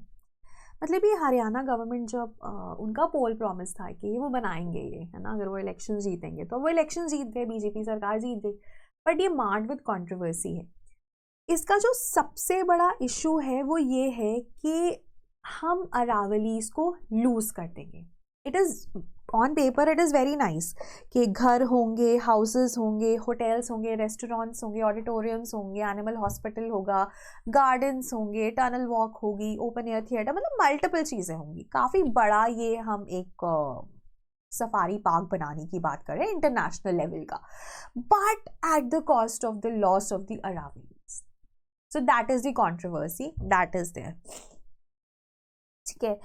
सो इस वजह से बहुत सारे लोगों ने प्रॉब्लम क्रिएट करी है।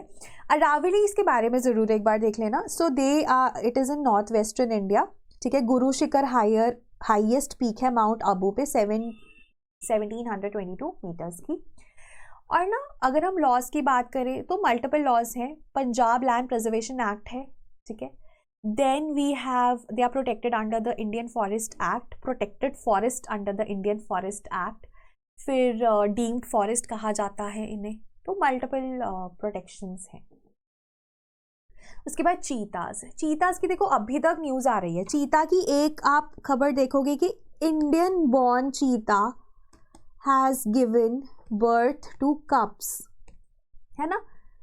सो चीता, अफ्रीकन चीता को लाया गया इंडिया के कूनो पालपुर नेशनल पार्क में। So we got these from Namibia and South Africa. अभी हम बोट्सवाना से भी लाने वाले हैं। पहली चीज़ तो ये इंपॉर्टेंट है, नामीबिया, साउथ अफ्रीका और बोट्सवाना से। नामीबिया और साउथ अफ्रीका से आ चुके हैं, बोट्सवाना से आ जाएंगे। अफ्रीकन चीताज, ठीक है। अफ्रीकन चीताज का IUCN status is vulnerable. Asiatic cheetah सिर्फ ईरान में मिलते हैं, 70 से 80 हैं, उनको अगर हम ले आएंगे तो हमारे ईरान में भी नहीं बचेंगे।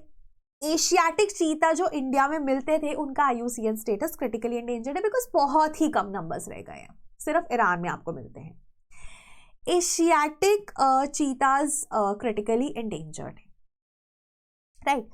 अब हम अफ्रीकन चीताज को लेकर आए नामीबिया, साउथ अफ्रीका और बोत्सवाना से। कहां पर लेकर आए? Kuno Palpur national park in Madhya Pradesh, ठीक है। अब Kuno Palpur is named after Kuno river which is a tributary of Chambal which is further a tributary of Yamuna.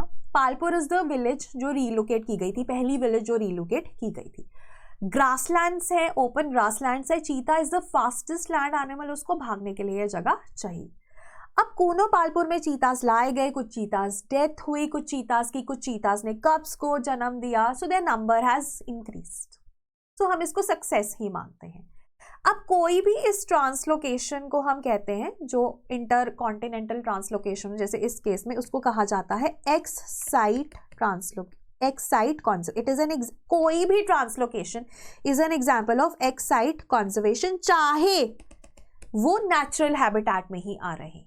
India में भी चीतास मिलते थे, 1952 में उनको एक्सटिंक्ट डिक्लेयर किया गया। स्पॉटेड 1947 में थे इन छत्तीसगढ़,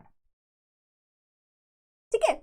सो अब देखो एक्सटिंक्ट हो गए, हम ले आए अफ्रीका से, कूनो पालपुर में लेकर आए, मध्य प्रदेश में है वो। अभी गांधी सागर में इनको रीलोकेट कर दिया गया है, ठीक है, विच इज ऑल्सो इन मध्य प्रदेश।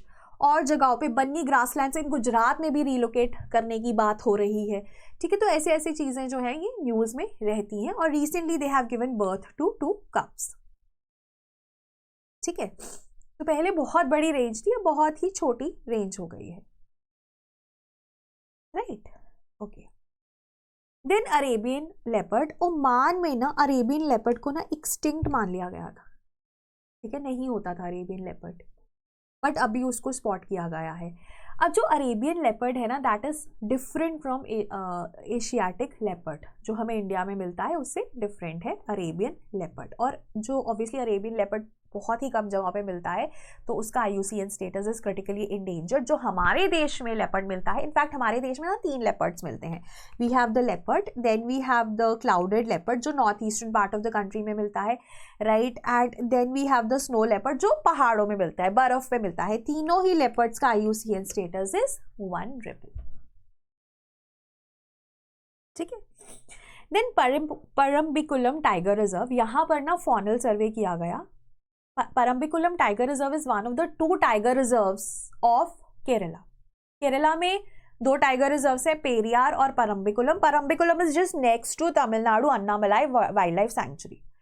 तो परम्बिकुलम में फॉनल सर्वे किया गया और बहुत सारी नई स्पीशीज मिली। देखो वेस्टर्न घाट्स का पार्ट है, वेस्टर्न घाट्स में आपको पता है स्पीशीज डिस्कवर होती ही रहती हैं, बट एक टाइगर रिजर्व में 15 नई स्पीशीज मिलना एक टाइम पे वो बड़ी बात है। That is why it made it to the news, ठीक है। सो बहुत सारी बटरफ्लाईज की स्पीशीज मिली, odonates which are damsel fly, dragon fly, उनकी स्पीशीज मिली, बर्ड्स की स्पीशीज मिली। So lot of new species were discovered, right. Then IBCA, international big cat alliance, ये कब लॉन्च किया गया था? It was launched in the month of April 2023 to mark successful 50 years of Project Tiger, which ensured that tigers का 70% population हमारे देश में है। IBCA was launched to preserve or conserve 7 big cats, जिसमें से 2 हमारे देश में नहीं मिलती हैं, राइट। 7 में से 2 हमारे देश में नहीं मिलती हैं, 5 मिलती हैं। फरवरी में इसका framework agreement was finalised. Framework agreement तब फाइनलाइज होता है, तब इस्टेब्लिश होता है जब 5 कंट्रीज ने रैटिफाई किया। वो 5 कंट्रीज इसका पार्ट बनी और उन 5 कंट्रीज ने इसको रैटिफाई किया। इंडिया थी उसमें से एक, Somalia, Nicaragua, Eswatini and Liberia, ठीक है। So they are there to conserve 7 big cats: tiger, lion, leopard, snow leopard, cheetah, jaguar and puma are not found in India. NTCA के अंडर है ये, विच is a statutory body under the wild life protection act of 1972, 2006 में बनी थी. It is headquartered in India. It is under NTCA. It is an international body envisaged by India. तो ये एक बड़ी बात है, like International Solar Alliance. Right. Next है हमारे पास रिन्यूएबल एनर्जी. रिन्यूएबल एनर्जी में फरवरी में एक बहुत लैंडमार्क चीज़ हुई कि 100 gigawatt of installed solar capacity का जो माइलस्टोन था वो हमने हिट किया, जो हमें एंड ऑफ 2022 तक हिट करना था, because that mark the 75th year of our independence, but we were not able to do it. We just reached 60 gigawatts, but 100 gigawatt का हमने जो माइलस्टोन है वो हमने रीच किया इन February of 2025. So that was a big deal. So we started in 2014 with 2.82 gigawatts and we reached 100 gigawatts in 2025, जिसमें से majority ground mounted है, बट 100 गीगावाट रीच करने में रूफटॉप सोलर का भी बहुत अहम हाथ है. PM सूर्य घर मुफ्त बिजली योजना का बहुत अहम हाथ है. और एक और चीज, इंस्टॉल्ड सोलर कैपेसिटी और कितनी हम यूज करते हैं उसमें फर्क होता है. पहले 100 गीगावाट इंस्टॉल होगा, फिर उसके बाद उसका परसेंटेज जो हम यूज कर रहे हैं उसमें भी बढ़ेगा. ठीक है, बट वो लेटर होगा. ठीक है. सो अभी हमने 500 गीगावाट्स ऑफ इंस्टॉल्ड कैपेसिटी का माइलस्टोन भी रीच किया है जस्ट इन अक्टूबर. ठीक है, अक्टूबर नवंबर में हमने रीच किया है. देन नेक्स्ट है इन्वायरमेंटल पोल्यूशन. इसमें ना हम बात करते हैं कि वेस्ट को ना हमने सेग्रीगेट करना है सोर्स पे. Solid waste management rules of 2016 they talk about it, but होता नहीं है. Solid waste management rules environment protection act of 1986 के अंडर आते हैं, CPCB के अंडर आते हैं, जो फर्दर मिनिस्ट्री ऑफ एनवायरमेंट के अंडर है. It is a statutory body जो water prevention and control of pollution act के तहत बना था. फिर air prevention and control of pollution act जब 1981 में बना तो उसका भी जो सारा दारोमदार है वो इसी CPCB को दे दिया गया. तो सुप्रीम कोर्ट ने बोला है कि वेस्ट एट सोर्स ही सेग्रीगेट होना चाहिए. अगर बड़े यू हैव हाउसिंग कॉम्प्लेक्सेस, बहुत बड़ी सोसाइटी है, तो they should earmark an area for segregation of waste at source और वहीं पे प्रोसेसिंग हो जाए. शादियाँ होती हैं या you have a big restaurant, तो वहाँ पर सेग्रीगेशन एट सोर्स ही होना चाहिए. ठीक है, और सेग्रीगेशन किस में होना है? वेट, ड्राई एंड हजार्डस में, हजार्डस डोमेस्टिक हजार्डस वेस्ट में. Right, so that is the idea.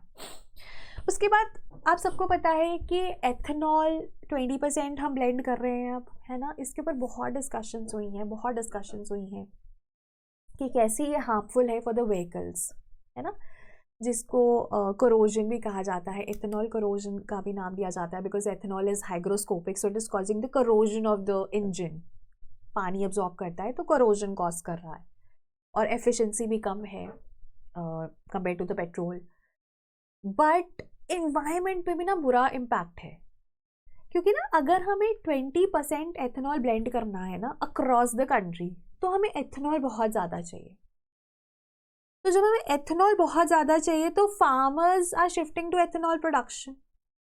The farmers are growing feed stock.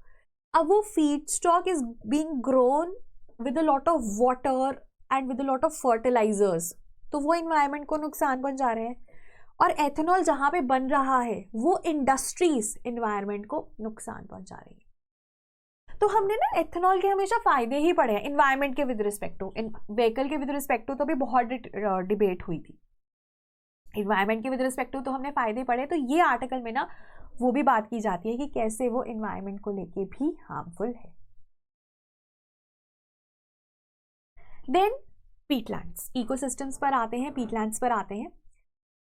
पीटलैंड्स ऐसे एरिया को कहा जाता है जहां पर ना डीकॉम्पोजिशन नहीं होता because they are water locked, है ना. ऑर्गेनिक मैटर का डीकॉम्पोजिशन नहीं होता because they are water locked. तो अगर डीकॉम्पोजिशन नहीं होगा तो peatlands they store in a lot of carbon dioxide, क्योंकि अगर डिकम्पोजिशन हो गया ऑर्गेनिक मैटर का तो वो सारा कार्बन डाइऑक्साइड एटमॉस्फेयर में चला गया। अब क्योंकि डिकम्पोजिशन नहीं हो रहा है, so they are storing a lot of carbon dioxide, तो इनको प्रोटेक्ट करना जरूरी हो जाता है। बट मात्र 17% पीटलैंड्स दुनिया में सेफगार्ड किए जाते हैं, ठीक है, मात्र 17%, उसमें भी मेजॉरिटी जो है वो ट्रॉपिकल है। 11% बोरियल पीटलैंड्स आर प्रोटेक्टेड, ठीक है, they occupy 3% of the planet's surface area, they are very important. Largest tropical peatland कहाँ है मुझे कमेंट्स में ज़रूर बताना, ठीक है, और इनका प्रोटेक्शन नहीं होता, तो ये आर्टिकल यही कहता है कि इनको प्रोटेक्ट करना बहुत ज़रूरी है। मेजॉरिटी ऑफ द पीटलैंड्स जो प्रोटेक्टेड है वो रामसर साइट्स भी हैं, बट बहुत ही कम है, so we need to increase their number.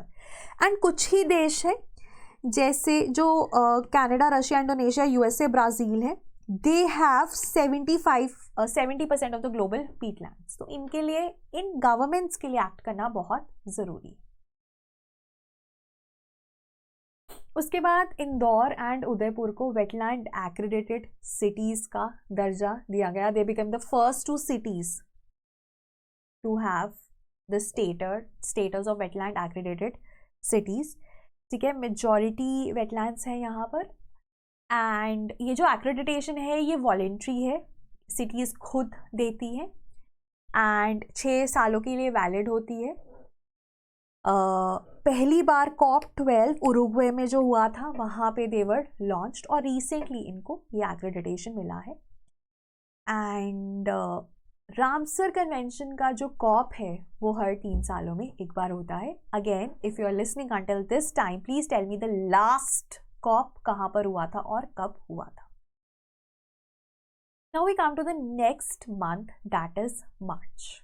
आज हम पहले 3 महीने ही करेंगे just to build the momentum. कल बाकी until November we'll do all of them, ठीक है, just stay with me, right? So मार्च में सबसे इंपॉर्टेंट रिपोर्ट जो आई थी वो थी world air quality report of 2024। ये PM 2.5 को मेजर करती है। IQ एयर जो एक Swiss based air technology company है वो हर साल ये रिपोर्ट निकालती है। इसके हिसाब से India is the 5th most polluted country in the world. New Delhi is the most polluted capital city in the world. और अगर हम बात करें 13 Indian cities featured in the 20 most polluted list of the world, और जो top पे थी बर्नीहाट वो भी इंडिया की ही है, ठीक है। So it is here somewhere at the border of Meghalaya and Assam.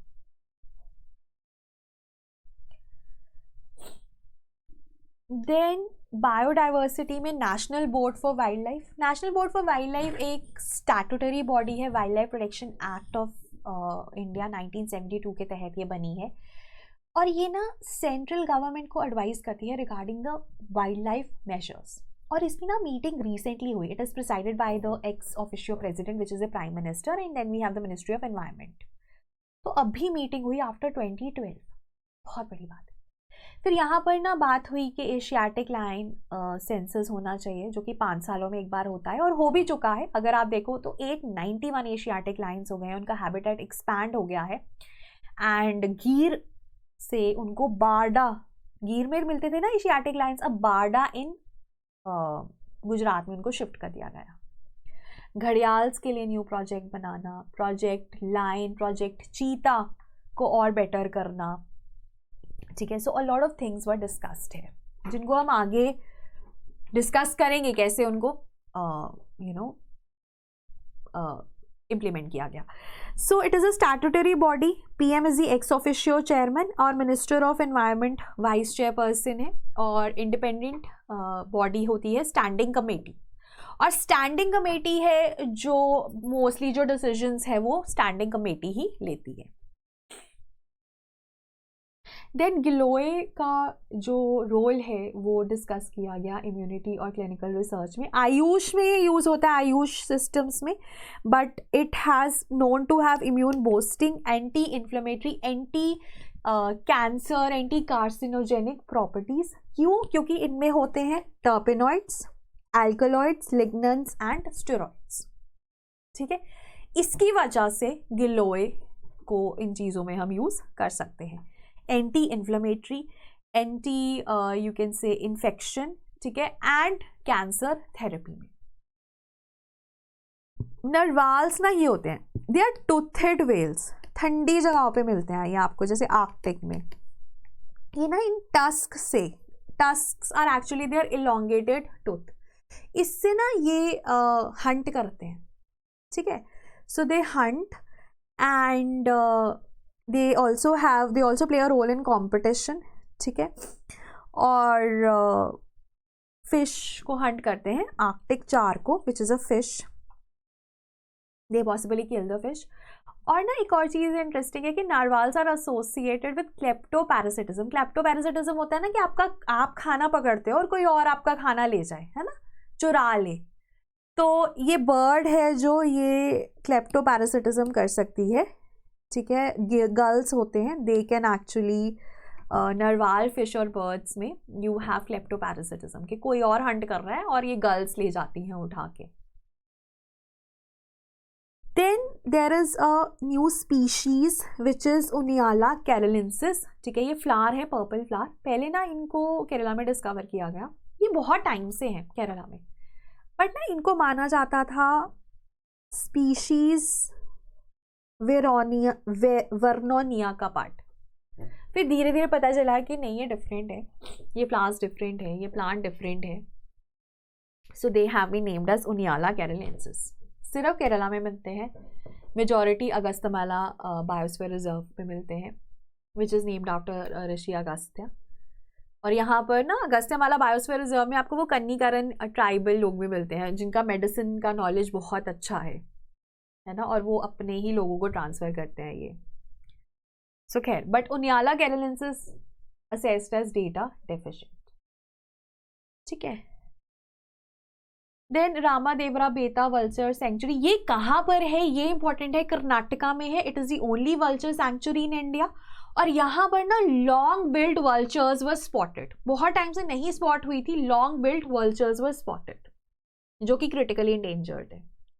Long billed हमारे पास, स्लेंडर बिल्ड, ठीक है, वाइट बैक्ड वल्चर्स हैं जो क्रिटिकली इंडेंजर्ड है, और तीनों आपको यहाँ पर मिलती हैं। Long billed were spotted recently. Even Egyptian vultures भी आपको मिलती हैं। Egyptian vultures are endangered, E से आप याद कर सकते हो, दे आर इंडेंजर्ड। बाकी जो 3 स्पीशीज हैं दे आर क्रिटिकली इंडेंजर्ड। कहाँ पर है वो इंपॉर्टेंट है। Then next is the dolphin census which was done by wildlife institute of India under the project dolphin of 2020। अब डॉल्फिन सेंसस के हिसाब से हमारे देश में 6327 डॉल्फिन्स हैं, जिसमें से 6324 गेंगेटिक हैं और बाकी की 3 इंडस रिवर हैं। गेंगेटिक सबसे ज़्यादा यूपी फॉलोड बाय बिहार में मिलती हैं, फॉलोड बाय वेस्ट बंगाल। ठीक है, यूबीबी से आप याद कर सकते हो, यूपी, बिहार, फिर वेस्ट बंगाल। और इंडस रिवर आपको पंजाब में मिलती है, ब्यास रिवर में। And in dolphins, we all know, national aquatic animal of India, susu, because of the sound they make, right, when they breathe, they are blind. ये अल्ट्रासोनिक वेव्स के through एक जगह से दूसरी जगह जाती हैं, कम्युनिकेट करती हैं, खाना खाती हैं। So that is why when there is noise pollution, इनका जो मूवमेंट है, इनका खाना, इनका बिहेवियर, वो डिसरप्ट होता है। टॉप मोस्ट प्रेडेटर है, टाइगर ऑफ द गंगा भी कहते हैं। डॉल्फिन्स का IUCN स्टेटस इज एंडेंजर्ड, चाहे वो गंगा रिवर डॉल्फिन हो, इंडस रिवर डॉल्फिन हो, या इरावदी डॉल्फिन हो, जो एक यूरी हेलाइन स्पीशीज है। ठीक है, चिलिका लेक में आपको मिलती है। अपेंडिक्स 1 और शेड्यूल 1 में मिलते हैं। CMS के ये शेड्यूल 1 और शेड्यूल 2 में मिलते हैं। कैसे, अगर आपको पता है कमेंट्स में बताओ, नहीं तो मैं कल बताऊंगी। इंडिकेटर स्पीशीज है फ्रेश वाटर इकोसिस्टम्स की। अगर सही है फ्रेश वाटर इकोसिस्टम्स, तो मतलब their numbers would thrive. Indus river dolphin Punjab का स्टेट एक्वेटिक एनिमल है। ब्यास में सिर्फ 3 ही बचे हैं ये। देन जंपिंग स्पाइडर्स की नई species have been discovered in Shendurney wild life sanctuary in western Ghats in Kerala. Jumping tigers ना अपने साइज से 30 टाइम्स बड़ा जंप करते हैं। लार्जेस्ट फैमिली ऑफ स्पाइडर्स हैं जंपिंग स्पाइडर्स, लेकिन इंडिया में इतने नहीं मिलते, श्रीलंका में मिलते हैं। तो अभी जब नई स्पीशीज डिस्कवर हुई हैं केरला में तो ये बड़ी बात है, ठीक है। देन IUCN की ग्रीन लिस्ट में 4 नई साइट्स ऐड हुई हैं। अगर आप सक्सेसफुल प्रोटेक्शन करते हैं, you are able to achieve your targets of the protected areas, तो आपको ग्रीन लिस्ट में ऐड किया जाता है। तो दुनिया भर से जो है 4 नई साइट्स ऐड हुई हैं, इंडिया से नहीं हुई। So we have Saudi Arabia से, ठीक है, we have Jordan and 1 from the UAE, 2 from Saudi Arabia. India में बायोडाइवर्सिटी हेरिटेज साइट का टैग मिला है तमिलनाडु के कसमपेट्टी सेक्रेड ग्रोव को। सेकंड तमिलनाडु की साइट है and biodiversity heritage sites are designated under the biodiversity act of 2002। State government designate करती है after consultation with the local communities. Then C grasses. अब सी ग्रास मैंने आपको बताया, seagrass are your angiosperms in the marine areas, ठीक है। और sea grass भी डिक्लाइन हो रहे हैं, बहुत रैपिडली डिक्लाइन हो रहे हैं। तो इसलिए ना governments are working towards protecting them, क्योंकि ना आप ये देखो कि फूड चेन का पार्ट है, बहुत सारे स्पीशीज इनके ऊपर डिपेंड करते हैं। और रिसेंटली एक स्टडी आई थी जिसके तहत जो डुगोंग है ना, sea cow, marine mammal, herbivorous marine mammal जो सी ग्रास पे फीड करती है, जहाँ पे डुगोंग होते हैं वहाँ पे सी ग्रास भी अच्छे से ग्रो करते हैं, ठीक है, बिकॉज वो सी ग्रास की मोइंग वगैरह करते हैं और वहाँ पे बाकी फिश आपको बहुत ज़्यादा मिल जाती है। तो इकोसिस्टम्स ना इंटरकनेक्टेड है। तो जितने अच्छे सी ग्रास होंगे उतना ज़्यादा it is good for the fisherman community, for the food webs to exist. तो इसलिए इनको प्रोटेक्ट करना बहुत ज़्यादा इंपॉर्टेंट है for the biodiversity because they capture a lot of carbon dioxide via the photosynthesis. अगर आपसे पूछा जाए ये शैलो वाटर में मिलेंगे या डीप में मिलेंगे, obviously shallow because they carry out the process of photosynthesis. Don't confuse between sea grass and seaweed. Seaweed algae को बोला जाता है, सी ग्रास आर एंजियोस्पर्म्स, ठीक है। ओके, नेक्स्ट है कार्बन इंटेंसिटी। दुनिया भर में ना कार्बन इंटेंसिटी का कॉन्सेप्ट बढ़ रहा है, यूज हो रहा है। कार्बन इंटेंसिटी क्या होता है वो इंपॉर्टेंट है। It is how much carbon a particular sector is emitting and how it has increased और decreased over a time.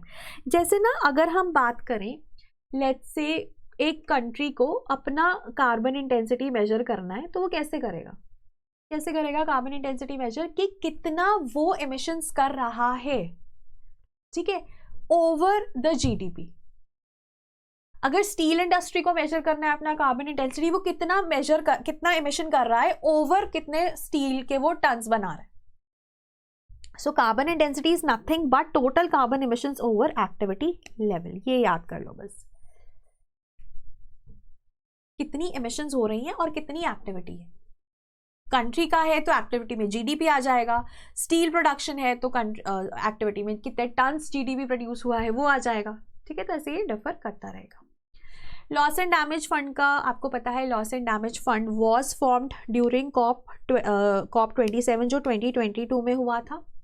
USA ने सबसे ज़्यादा पैसे दिए थे, वर्ल्ड बैंक इसका ट्रस्टी था। लॉस एंड डैमेज फंड होता क्या है, जो लॉस एंड डैमेज के लिए यूज़ हो। लॉस एंड डैमेज होता है कि बिल्कुल खत्म, बर्बाद हो गया ड्यू टू क्लाइमेट चेंज, अभी वो अडेप्टेशन भी काम नहीं करेगा उस पर, तो लॉस एंड डैमेज होता है। जैसे कोई स्मॉल आइलैंड डेवलपिंग स्टेट थी, उसका आइलैंड डूब गया, that is loss and damage, और वो हो रहा है। और उसका एक्नॉलेजमेंट आप देखो COP 27 में जाकर हुआ और ये फंड बना उसके बाद, और USA ने विड्रॉ कर लिया आफ्टर ट्रम्प, जबकि USA was one of the biggest contributory to this fund before Trump came into picture, ठीक है। Then we have mycelium bricks. अब अगेन फंगस फेवरेट है, मेरीन फंगस हमने डिस्कस करा। अब माइसीलियम अब ना fungus is made up of filaments, जिसको माइसीलियम कहा जाता है। इसको वेजिटेटिव पार्ट ऑफ फंगस भी कहा जाता है। अब ना जो ब्रिक्स हैं वो क्ले से बनती हैं। क्ले में क्या होता है, आपको ना हाई टेम्परेचर पर उन्हें जलाना पड़ता है ना, तभी हम ब्रिक्स बना पाते हैं। अब जब हम उन्हें जलाते हैं तो जलाने के लिए जो भी हम फ्यूल यूज करें that is taking releasing a lot of carbon dioxide emissions. So this traditional जो क्ले ब्रिक्स हैं they cause a lot of emissions. और जैसे जैसे कंस्ट्रक्शन बढ़ेगी, अर्बनाइजेशन होगी जो कि होने वाली है, एमिशंस और बढ़ेंगे. So hence we had the concept of mycelium bricks. सुनने में बहुत अच्छा लगता है, फंगस के माइसिलियम से आप बना लो, है ना, इसमें हस्क वगैरह मिक्स करके. प्रॉब्लम क्या है, they are prone to degradation. ये इतना वेट नहीं उठा सकते, मॉइस्चर अब्जॉर्ब कर लेते हैं, ठीक है, एंड टर्माइट्स इनके ऊपर एक्ट कर सकते हैं. तो ये छोटी छोटी प्रॉब्लम्स हैं. बट वी आर वर्किंग, हम कुछ ऐसे ऐसी टेक्नोलॉजी डेवलप करें जिससे कि हम माइसिलियम ब्रिक्स को यूज कर पाए. Then state of global climate report WMO निकालता है, वर्ल्ड मेट्रोलॉजिकल ऑर्गेनाइजेशन हर साल निकालता है. बेसिकली ये बताता है कितनी एमिशंस हो गई हैं, कितना टेम्परेचर राइज हो गया है. तो टेम्परेचर राइज की अगर हम बात करें तो 1.34 to 1.41 degree Celsius compare to the pre industrial levels, ठीक है. And methane is 934 ppb, 336 ppb is nitrous oxide, 420 ppm is your carbon dioxide. Carbon dioxide का लेवल बहुत बढ़ गया है. सो ये हमें बताता है, and it is headquartered in Geneva, WMO state of global climate report. Then it also comes out with the greenhouse gas bulletin, greenhouse gas watch. ऐसी रिपोर्ट्स भी जो है वो WMO निकालता है हर साल. Then we have carbon credit trading scheme, CCTS. ये कार्बन क्रेडिट्स को ट्रेड करने के लिए है. जैसे ना हम इंडस्ट्री में ये सबसे पहले आएगी, जैसे इमिशन सबसे ज़्यादा पावर सेक्टर करता है according to the recent 4th biennial update report. Biennial update report का मतलब है जो 2 सालों में एक बार आए, और ये हमारी ऑब्लिगेशन है as a party to UNFCCC कि हमें UNFCCC को हर 2 सालों में बाइनियल अपडेट रिपोर्ट देनी है. पहली 2016 में गई थी, तो अभी हमारी चौथी गई है, जिसके हिसाब से पावर सेक्टर सबसे ज़्यादा एमिशंस कर रहे हैं. लेकिन हम CCTS इंडस्ट्रीज में ला रहे हैं. जो भी इंडस्ट्रीज है ना, उनको हम बोलेंगे कि आप इतनी एमिशंस कर सकते हो, ईयरली एनुअली आपको टारगेट्स दिए जाएंगे. अब अगर कोई उससे कम एमिशंस करता है तो उसको कार्बन क्रेडिट्स इशू हो जाएंगे और वो बेच सकता है. अगर ज़्यादा एमिशंस करता है तो उससे खरीदने पड़ेंगे, है ना. सो एक तरह से हम एमिशंस रिडक्शन को इंसेंटिवाइज कर रहे हैं. So that is carbon credit trading scheme. कौन सी एक्ट से ये डिराइव करता है अपनी legitimacy? Energy conservation act amendment act जो 2021 की हुई थी, रिप्लेस करेगा परफॉर्म अचीव ट्रेड स्कीम को, ठीक है, जिसके तहत energy saving certificates were being traded. बस यही है, सिंपल है.